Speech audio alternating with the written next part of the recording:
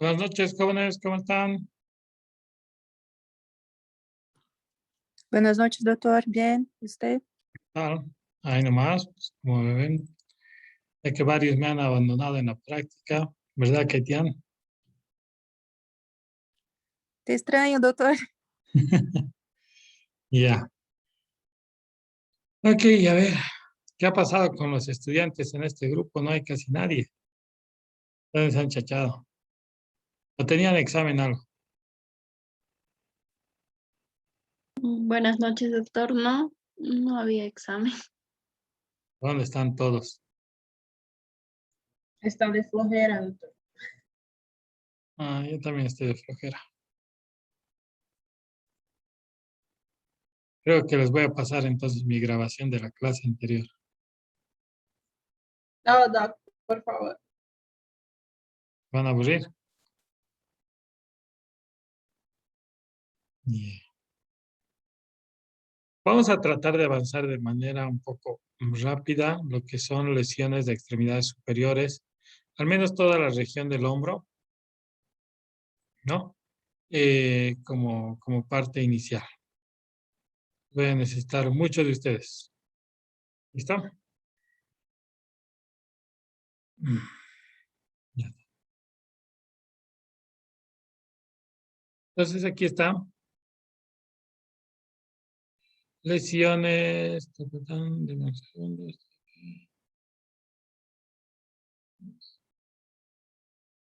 Ok. Lesiones en las extremidades superiores, ¿sí? Vamos a empezar con la región de la clavícula y vamos a ir nombrando primero la fractura de clavícula. ¿Qué es una fractura de clavícula? Pues una solución de continuidad. ¿Dónde? En el hueso de la clavícula. Qué sencillo. Algo que aquí les debo hacer recuerdo a muchos que muchas veces confunden esta región con una clavícula. Digo, con una fractura. Y en realidad lo que es esto es la articulación acromioclavicular, no es una fractura. ¿Sí? Aquí al otro lado sí está la verdadera fractura, que está en 3 pedazos, ¿no? 2 pedazos a los costados y un pedazo central. Pero esto que está en verde es la articulación acromioclavicular. ¿Ya? Cuidado que se confundan. He visto a muchos confundirse. Es del 35 al 45% de las lesiones en el hombro. Es universal porque se presenta tanto en recién nacidos hasta pacientes adultos mayores, ¿no? Es más frecuente en el varón y es principalmente a una caída sobre el hombro, ¿ya? ¿Cuál es el cuadro clínico de esta patología? El cuadro clínico es bastante sencillo debido a que este es un hueso subcutáneo. Entonces uno lo puede palpar por debajo de la piel. Una clave para que ustedes se identifiquen una lesión traumática, aparte del antecedente de trauma, tiene que existir un antecedente de trauma, es la presencia de las 3Ds: dolor, deformidad y disfunción. Dolor, en este caso en la región de la clavícula, la deformidad, la elevación a nivel subcutáneo que se nota de la región, y la disfunción es que el paciente no puede elevar, ¿no? La extremidad porque le produce dolor. ¿Ya? Dame un segundo.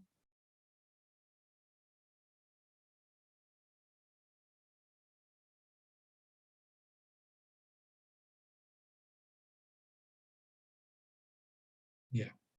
Muy bien. Ahora, método complementario de diagnóstico, ya han visto al principio, es una radiografía simple, AP, de hombro. Y aquí yo les muestro algunas indicaciones de cuándo debería operarse una fractura de clavícula. Una fractura de clavícula debería operarse cuando es una fractura expuesta, cuando existe una inminencia de exposición, que significa que uno de los extremos de la clavícula está empujando la piel como para perforarla. Digamos, aquí en mi ropa, que uno de los extremos está así, por debajo de la piel, y lo va a perforar. Entonces, esa hay que operar. La lesión de la arteria subclavia, la lesión del plexo braquial, cuando hay interposición de partes blandas, o sea, cuando el extremo de la clavícula está muy separado, de por medio seguramente hay partes blandas. En un hombro flotante significa una fractura en la escápula y en el húmero adicional a la fractura de clavícula, ¿no? Y cuando tiene una pseudoartrosis con dolor sintomática.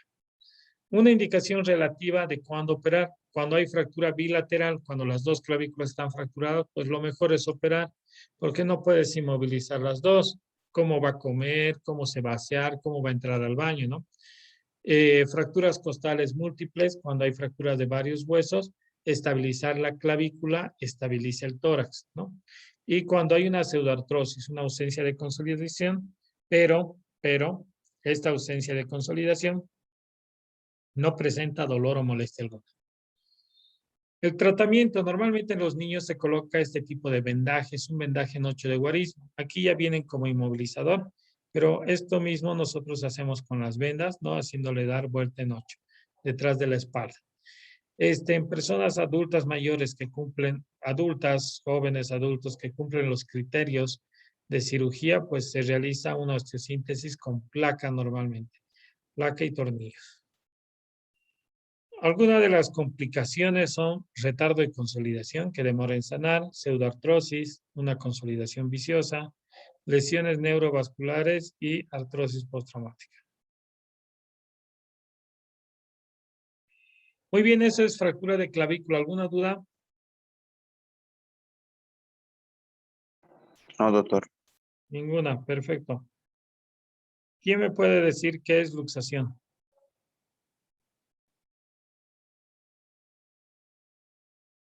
Vamos, fue pregunta del primer examen, creo. Una lesión de articulación, doctor, ¿no? Ya, ¿qué más? ¿Qué le falta a tu definición, Marcelo?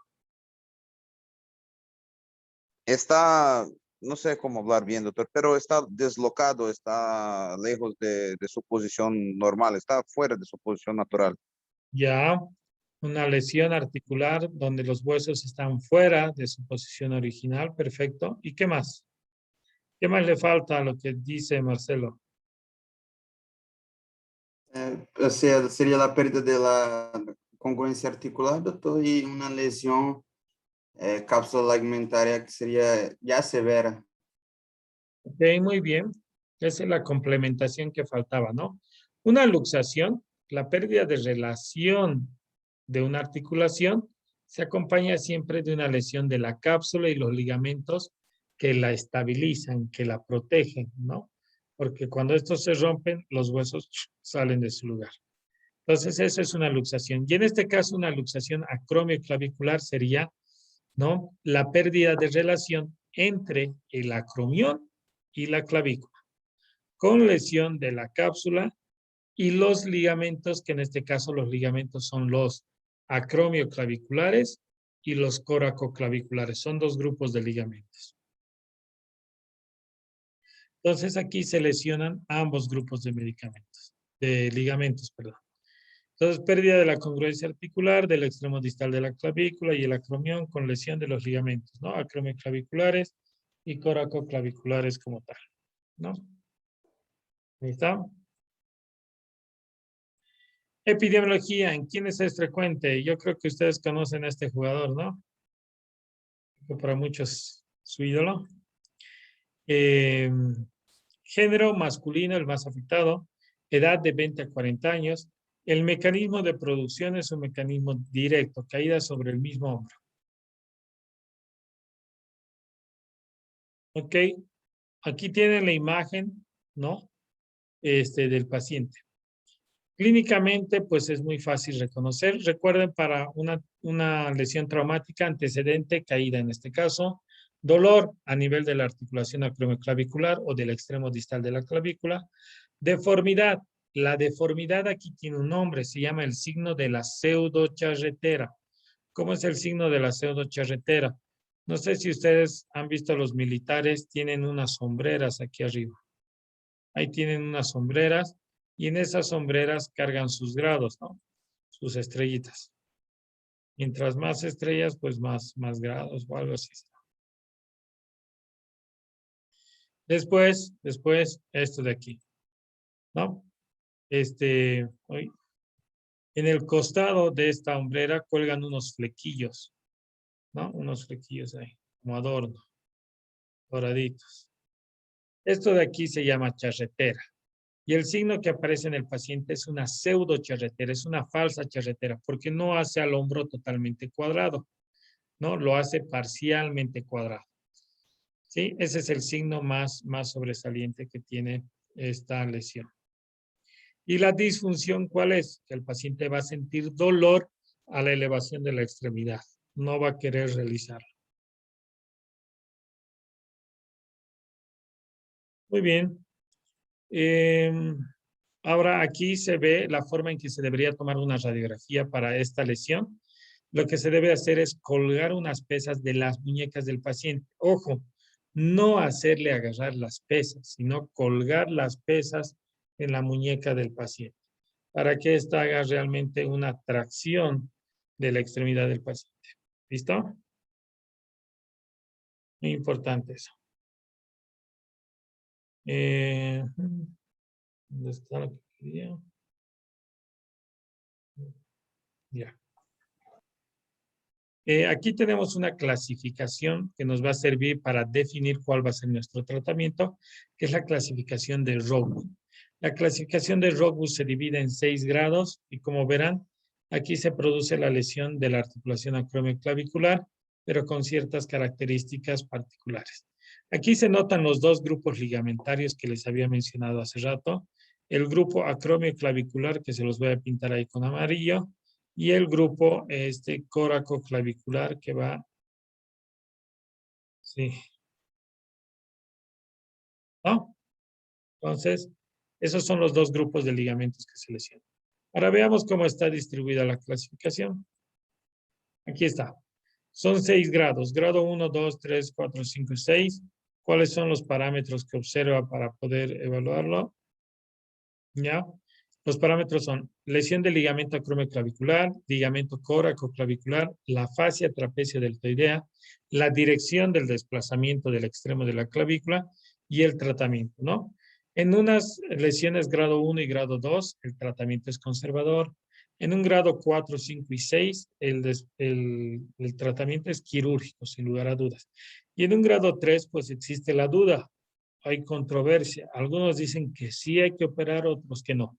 ¿De qué lado estamos nosotros? Nosotros estamos del lado de que sí hay que operarlo, ¿no? Después puede traer mayores molestias al paciente. Muy bien. ¿Qué se puede operar o cómo se puede operar? Se puede hacer esto, por ejemplo, que es un Femister, ¿no? Es la técnica de Femister. Se utiliza 2 clavijas y un alambre para hacer el procedimiento. Y esta otra es la técnica de Rockwood, ¿no? Se coloca un tornillo de la clavícula ¿qué se llama? Al extremo de la coracoides, ¿no? A la base, no al extremo de la coracoides, sino a la apófisis coracoides. Muy bien. ¿Alguna duda de luxación acromioclavicular? ¿Ninguna? Ok. Pasamos a la lesión del manguito rotador. En relación a la lesión del manguito rotador, sí, es muy importante recordar cuáles son los músculos del manguito rotador. Los músculos del manguito rotador son 4 y participa también un tendón. Es la porción larga del bíceps. Los 4 músculos que conforman el manguito, viendo de la parte posterior, la escápula de la espalda, está el músculo supraespinoso por encima de la espina de la escápula, el músculo infraespinoso por debajo de la espina, de un borde de la escápula está el redondo menor, ¿no? Luego tenemos a este otro lado, la cara anterior, lo que es la fosa subescapular, ¿no? La fosa subescapular donde tienen el músculo subescapular. Y pues en la corredera bicipital pasa la porción larga del tendón bíceps, ¿no? Esos son los que conforman el manguito de los rotadores. Y una lesión del manguito rotador es una lesión ya sea por inflamación o desgarro de estos músculos y tendones. ¿Cuál es la epidemiología? Es la tercera causa más frecuente de consulta. De 6 a 11% en menores de 50 años se presenta esta enfermedad y en 16 hasta un 50% se presenta en pacientes mayores de esta edad, ¿no? Es más frecuente en las mujeres que en los varones. Aquí está, ¿no? El mecanismo de producción. ¿Cómo se produce esta lesión principalmente? Esta lesión se produce, puede ser por una sola característica o por una combinación de estas características. Dentro de las características, por ejemplo, está la presencia de una zona hipovascular tendinosa, está la debilidad muscular del manguito, ¿no? Que uno hace esfuerzos con el manguito debilitado, el sobreuso del hombro y el envejecimiento del manguito, ¿no? Y todos están relacionados, ¿no? Por ejemplo, que el paciente por envejecimiento tenga debilidad muscular y lo lesione haciendo un sobreuso, ¿no? Entonces, todas están relacionadas entre sí como mecanismos que pueden producir este tipo de lesiones.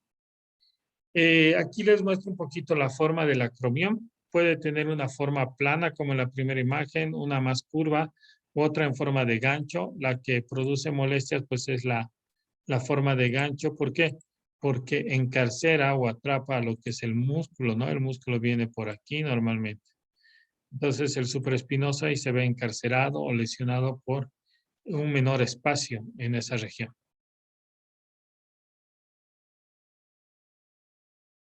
¿El cuadro clínico cuál es? El cuadro clínico característico es normalmente un dolor agudo en la noche del paciente. El paciente tiene molestias en la noche, no puede dormir muchas de las veces. Hay debilidad a los movimientos, no puede realizar movimientos adecuadamente. Y pues hay un dolor anterolateral del hombro. ¿Correcto? Dentro del cuadro clínico podemos tener el test de Apley, el test de rascado de Apley positivo. ¿Cómo se realiza este test? Se le pide al paciente, por ejemplo, que lleve la mano detrás de la nuca, detrás de la cabeza, así. Ahí estamos valorando el supraespinoso principalmente. Alguna actividad para sospechar, le podemos decir si el paciente se puede peinar con normalidad, ¿no? Si no se puede peinar, pues probablemente tenga lesión del supraespinoso. La otra prueba es llevar la misma mano al otro hombro. En esta posición uno valora lo que es el subescapular principalmente. Y la otra que es llevarla a la espalda, como ven en esta tercera imagen, que normalmente yo les digo a las damas, a las mujeres, como cuando te abrochas el brasier, más o menos esa posición, ¿no? Entonces es más fácil de orientarse en relación a eso. Muy bien. El arco doloroso, ¿cómo es? El arco doloroso es otra prueba muy útil. Cuando hay una lesión del manguito rotador, justo hay dolor en este rango medio, el que está con rojo, en ese rango medio aparece el dolor, ¿no? Pero también hay otros rangos. Este rango inferior, si aparecería dolor en el rango inferior, estamos hablando de una capsulitis adhesiva. Si aparece dolor en el rango superior, estamos hablando de una bursitis subacromial o una artritis acromioclavicular. ¿Ya? Entonces, estas son las otras patologías que uno puede identificar simplemente con el arco doloroso, con pedirle al paciente que eleve sus manos hasta por encima de su cabeza, ¿no? Muy bien. Dentro de los estudios complementarios, aquí podemos ver este tema de la ecografía. La ecografía es el estudio complementario de elección para el manejo de estas lesiones. Pues aquí podemos ver que hay un desgarro en este punto y en la ecografía igual se nota. Por otro lado, aquí podemos ver una lesión más, más extensa, una ruptura completa, que igual aquí en la ecografía se ve. El estudio a solicitar en lesiones del hombro es una ecografía como tal, ¿no? Entonces, muy, muy importante para que ustedes tomen en cuenta ese detalle. ¿Ya?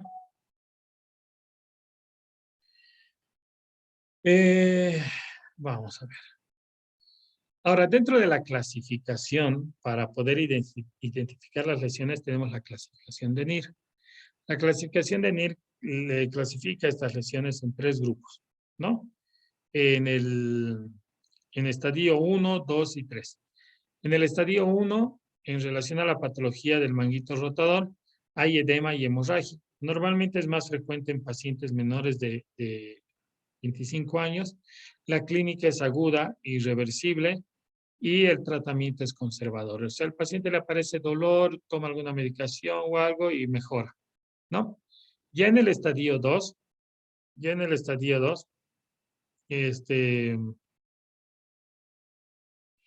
hay fibrosis y tendinitis, ¿ya? ¿Cómo es la fibrosis y tendinitis? El paciente tiene más molestias, inflamación en la zona. Normalmente son pacientes un poco mayores, 25 a 40, y hay episodios recurrentes de este cuadro. El tratamiento es conservador, medicación, fisioterapia y muchas veces cirugía ocasional, ¿no? Y el estadio 3 es cuando ya existen las roturas, tanto rupturas parciales o completas, en pacientes mayores de 40 años, con dolor e incapacidad por mucho tiempo, por larga data. Y el tratamiento es cirugía, ¿no? Eso sería la base de esto.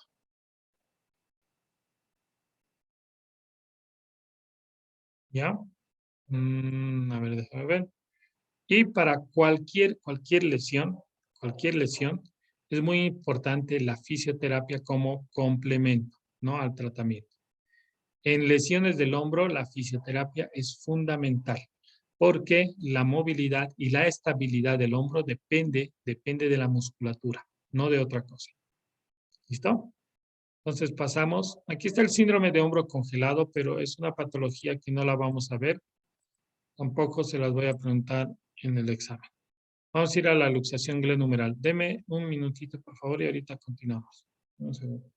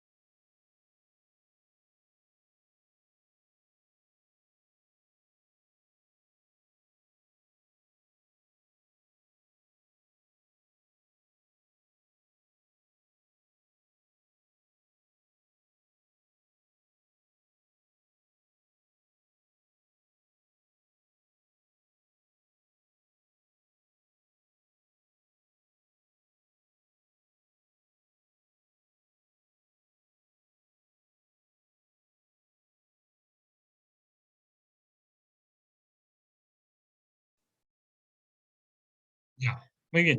Ahora, en el tema de la luxación glenumeral anterior. Hace rato ya hemos definido qué era luxación, ¿no? Pérdida de la congruencia articular, que en este caso es entre la cavidad glenoidea y la cabeza humeral, con desplazamiento anterior y lesión cápsulo ligamentaria. En este caso es con desplazamiento anterior. Dentro de las variedades de la luxación glenumeral, existe la posterior y la inferior. La anterior es por mucho la más frecuente. En más o menos 10 años, yo solamente he visto 2 posteriores. Y todo el resto ha sido anteriores. Jamás he visto una inferior, pero está descrita que también hay. Aquí está la definición que les dije, la pérdida de la congruencia articular de la cavidad glenoidea y la cabeza humeral, con desplazamiento anterior de la misma y lesión cápsulo-ligamentaria severa. ¿Qué ligamentos se lesionan? Los ligamentos glenohumerales. Existen 3, el superior, el medio y el inferior, que esto en este caso se lesiona.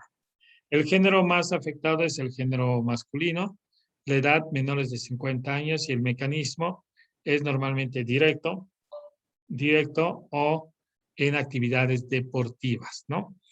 Dentro del cuadro clínico de esta patología, pues es muy frecuente el signo de la charretera. En la luxación acromioclavicular que vimos antes era el signo de la pseudo charretera. Y en este es el signo de la charretera como tal, ¿no? Porque aquí sí el hombro parece cuadrado, ¿no? Si se ubican, el hombro aquí se ve cuadrado, ¿no? Ya no se nota la prominencia del deltoides. Y pues para confirmar esta patología, el método diagnóstico es la radiografía, ¿no? En la radiografía uno se puede ver la cabeza y la glena separadas, ¿no? Sin la relación habitual que tiene. Aquí se ven las maniobras.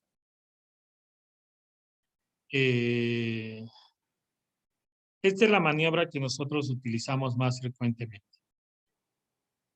Hacemos una tracción, ¿no? Del hombro, rotación externa y posteriormente aducción y rotación interna. Esa es la maniobra de Kocher, esa es la maniobra que más utilizamos. Aquí arriba nosotros utilizamos a alguien que vaya traccionando, ya sea con sus manos una sabanilla, para que impida que nosotros nos llevemos al paciente.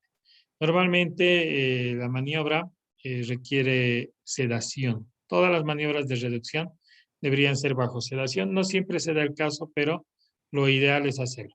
Les muestro aquí un corto video de un paciente que tiene una luxación glenohumeral del lado derecho, ya está sedado y le van a hacer una maniobra de reducción unimanual, ¿no? O sea, de una sola persona.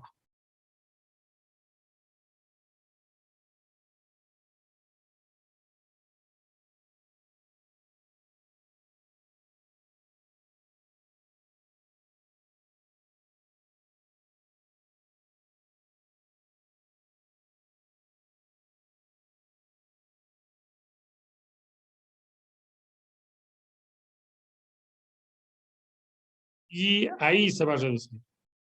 ¿Vieron? ¿O perdieron el detalle? A ver otra vez. Cuando el paciente está como colocando su cara de dolor, ¿no? Como un poco adolorido o molesto, y van a ver que aquí hay un resalte. Atentos. Ahí y aquí, vean, hace un resalte e ingresa a su lugar, ¿no? Bueno, esa es la maniobra que ellos utilizan. Nosotros utilizamos las de Kocher, que me parece mejor. ¿Cuál es el pronóstico de esta lesión? Esta lesión, lamentablemente, cuando se presenta una vez, puede presentarse varias veces. Es una lesión altamente recidivante, ¿sí? Se presenta una y otra vez. Y esta luxación constante nos trae una patología que se llama la inestabilidad del hombro, que en este caso es una inestabilidad crónica. Esta inestabilidad crónica pues requiere de una cirugía para ser solucionada, pero la cirugía también trae limitación funcional. Entonces es todo un problema resolver esta patología en un paciente. ¿Por qué? Porque tenemos que sacrificar movimiento por estabilidad, ¿no? Si nosotros dejamos que la articulación tenga mucho movimiento, la articulación se va a volver inestable. Y si nosotros aumentamos la estabilidad de la articulación, le estamos quitando movimiento a la misma, ¿no? Entonces hay que buscar un equilibrio entre ambos puntos para poder, dar un buen resultado adecuado a las necesidades del paciente, ¿no? Muy bien. La fractura de húmero proximal. ¿Cómo es la fractura de húmero proximal? Pues es una solución de continuidad a nivel de la epífisis y metáfisis proximal del húmero. Dentro de esta fractura ustedes pueden ver, aquí les muestro una división de los fragmentos. La cabeza, por debajo de la cabeza está el cuello anatómico del húmero. Debajo del cuello anatómico tenemos dos tuberosidades, la tuberosidad mayor y la tuberosidad menor.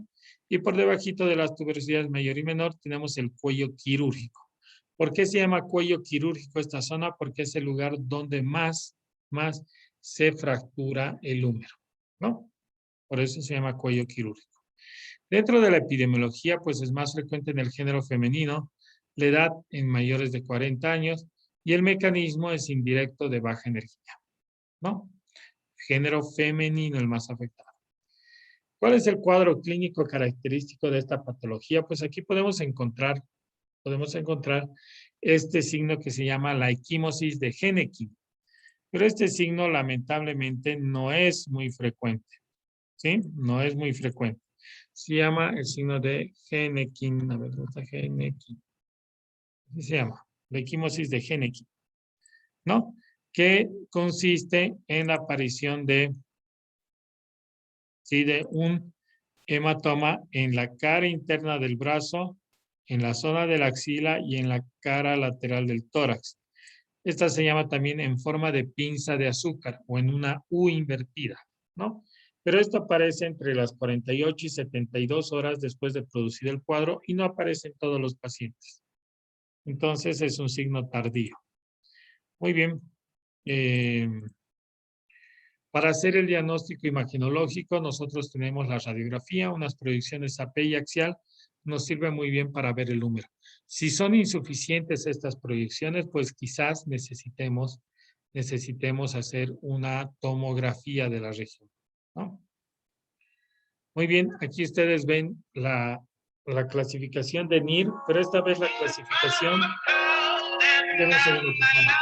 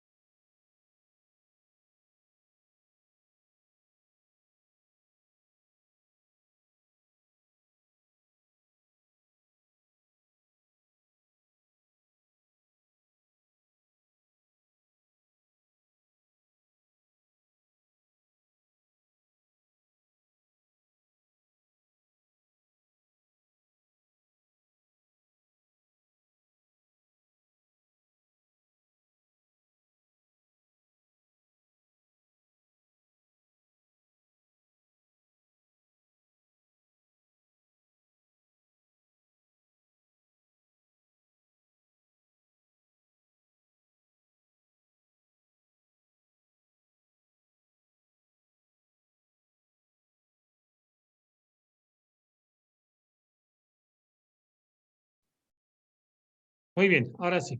Entonces les decía, aquí está la clasificación de NIR y en esta clasificación de NIR vamos a ver el tema de desplazamiento, ¿ya? ¿Cuándo dice NIR que una fractura de húmero está desplazada? Cuando tiene una separación más de 1 centímetro o entre fragmentos hay una rotación, hay una angulación más de 45 grados.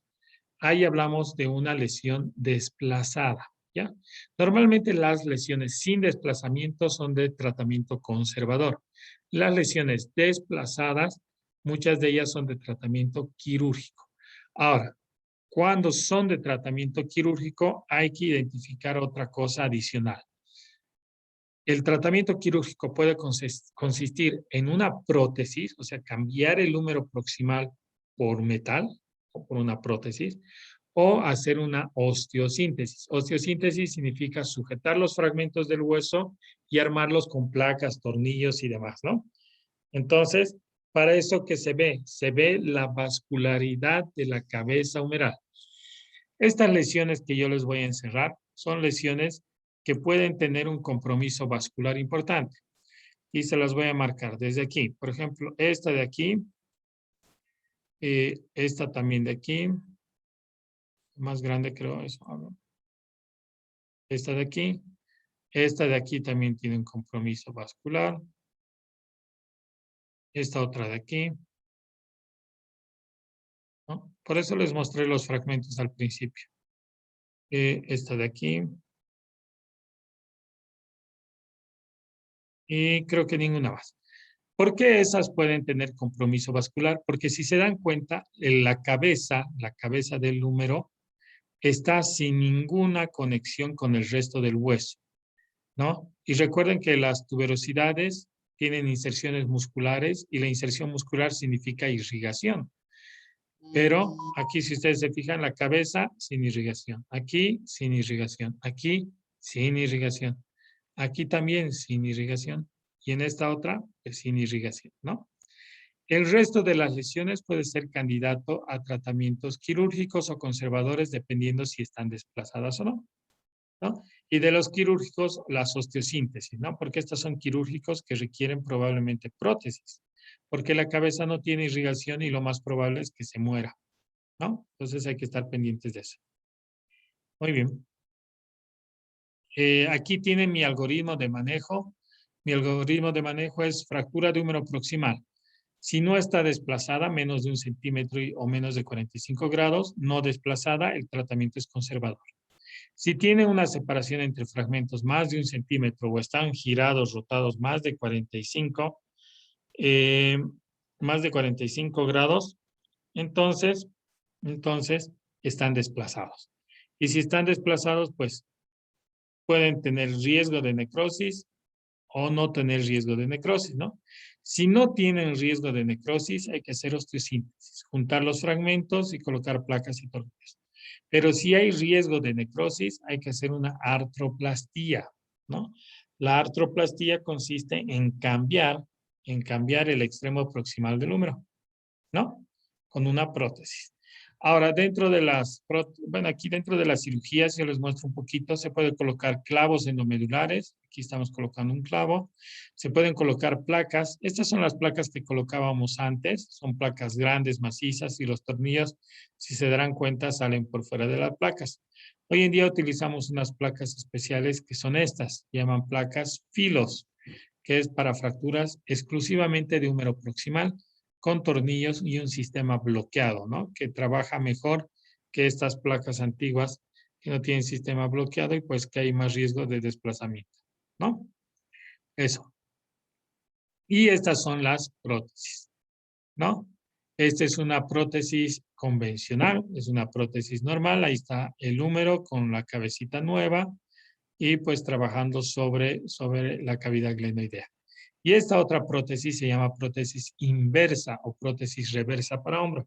¿Cuándo se coloca esta? Principalmente cuando hay una lesión importante del manguito de los rotadores. Eso se hace para cambiar el brazo de palanca que va a trabajar para mover la extremidad. En vez de poner la porción esférica en el húmero, como es habitual, se lo coloca en la glena. Entonces el brazo de palanca cambia de posición y otros músculos pueden actuar como elevadores de la extremidad y presentan mejores resultados que estas prótesis anatómicas, que estas prótesis normales, ¿no? Entonces, pues cada vez van cambiando el arsenal y los equipos que se pueden utilizar para ir mejorando el resultado funcional del paciente a futuro, ¿no? Y eso, no sé si hasta aquí hay alguna pregunta, algunas complicaciones, pseudoartrosis, consolidación viciosa, lesiones del nervio y la arteria axilar, necrosis de la cabeza, la muerte de la cabeza que les dije, y rigidez articular. ¿Qué dicen, jóvenes? ¿Hay alguna pregunta, alguna duda? ¿Hasta ahí?